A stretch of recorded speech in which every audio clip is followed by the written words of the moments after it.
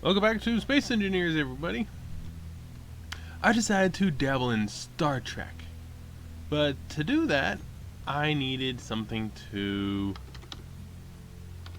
build my stuff with. A platform where I could see it and see what I was doing. Problem is,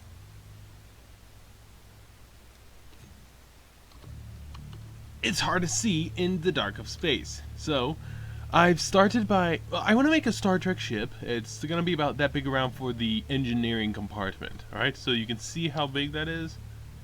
1, 2, 3, 4, 5, 6, 7, 8, 9. It is 9 diameter. Alright, so it's 9 by 9. Prove that on the back here. Yep, 9. 8, 9, 10, 11, 12. Yeah, so that's 9 in diameter. That'll be the engineering bit, the main fuselage, and then of course you have the nacelles off to the sides.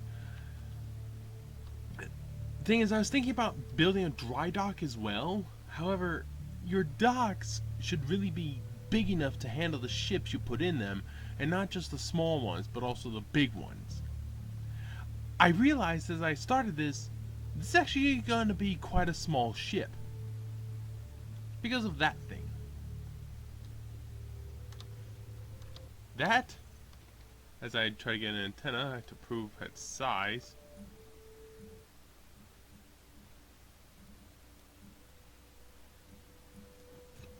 That is what the guy has called a Premonition class husk. It is just the base husk of the ship. Good that it's sticking out there. I wanted it to stick out there, so you can show the size of the ship. And we're gonna... This is not supposed to be part of the ship.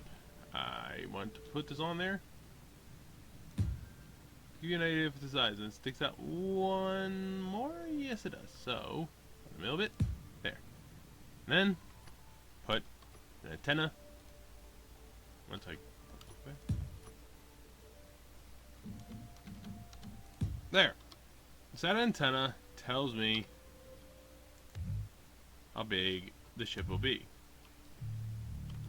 That way. And you can see from the design it's not a Sovereign because that is pretty smooth there. And there's that big thing sticking up top. Yeah. And then gotta find the middle here. Shouldn't be too hard. I had on the left side, or in that side there, so it should be here and one up. Okay, so from there, if I get as close as I can here and look back, 518 meters. Throw to here. So take off another 6 there, so that's 506 meters. 506 meters. Now here's the thing. Look at the design, alright? You have that big thing sticking up top, and you have the engine nacelles. If this were a Sovereign, those nacelles would be higher. Also, the nacelles would go out and then curl up. These stick straight out. He said he called it the Premonition class. I've never heard of that. I'm not too familiar with Star Trek ships though. These are Sage engines. To give you a better idea, these are Sage engines, but everyone knows the Titan engine is big. And it is. I would absolutely put Titan engines in here if I were to build this behemoth. The thing is, that's a Titan engine, okay? The gigantic Titan engine. And it's nothing compared to this engine nacelle. It would easily fit inside of the engine nacelle. You could fit several of them. You could fit it in diameter, right? You could fit so many of those things. There's something else that's big that a lot of people know. UNSC Marathon Class Heavy Cruiser. Or how about something that more people know? Star Trek Premonition, Star Trek Warp Core, Sage Station. Version 2. A lot of people are aware of the Sage Station. This is version 2. It is significantly larger than version 1. So I'm going to put one of these in. I'm going to put it in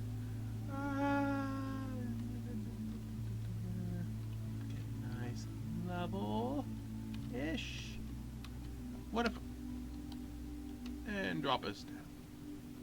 Alright.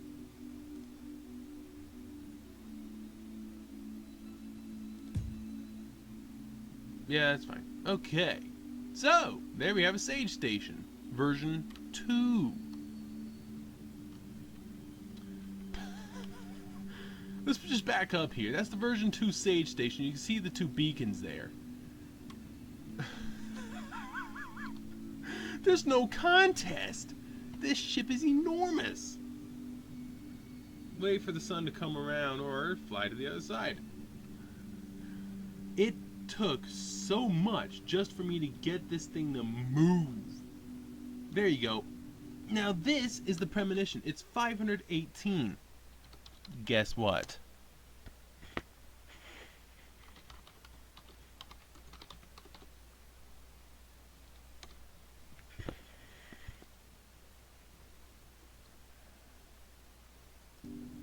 Alright, I just pulled it up online.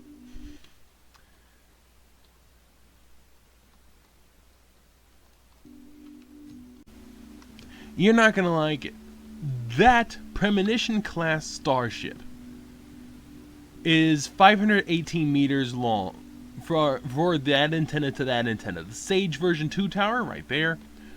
A Sovereign class starship is 685.3 meters. This thing's just over 500. It's not as big as a Sovereign by over 150 meters, okay? Dong. So 150 meters smaller in length than a Sovereign. And it's already gigantic. If I were to just build a dry dock to fit this thing, you know how the dry docks have plenty of room on all sides for the ships. Look at this. Look at the amount of... I had to put 4 Sage thrusters. Top, 4 down, 4 back, 4 front, and 2 left and right. Just to move this thing a little. Now there's 2 Titan engines as well. And here's the thing. I'm going to remove those, and I'm going to show you something. Spinning this ship. Just to spin it. Let's take a look here. I'm trying my best to go up. You can see it is moving. It's moving. It is not moving very quickly though. And let's try to take it down. That's a lot of gyros and it's almost nothing. Let's try turning it to the right. It really doesn't want to. And to the left again. That's a little better. And try to spin. That's not terrible. Let's try to spin it the other way. Okay. But forward and reverse thrust, well, the only problem is I just put a Sage Station there. So, I'm going to build a Star Trek ship. It's the bit that is there. That bit, that piece there is going to be that. So then I have to build the dish, the nacelles, and the connector pylons for the nacelles. Yeah. And this is going to be my dry dock. Here's the problem. I have to build a dry dock for that thing? No, I'm just going to have that be the dry dock for this thing, eventually. I'm going to leave that there, unless it's in my way, then I'll get rid of it. But do you notice the amount of Sage thrusters I have to put with it? And that barely allows it to move. Right? That'll barely let it move with that amount of Sage thrusters. This ship is enormous. It's ridiculous. Oh well, I've got some work to do. I will catch you all later.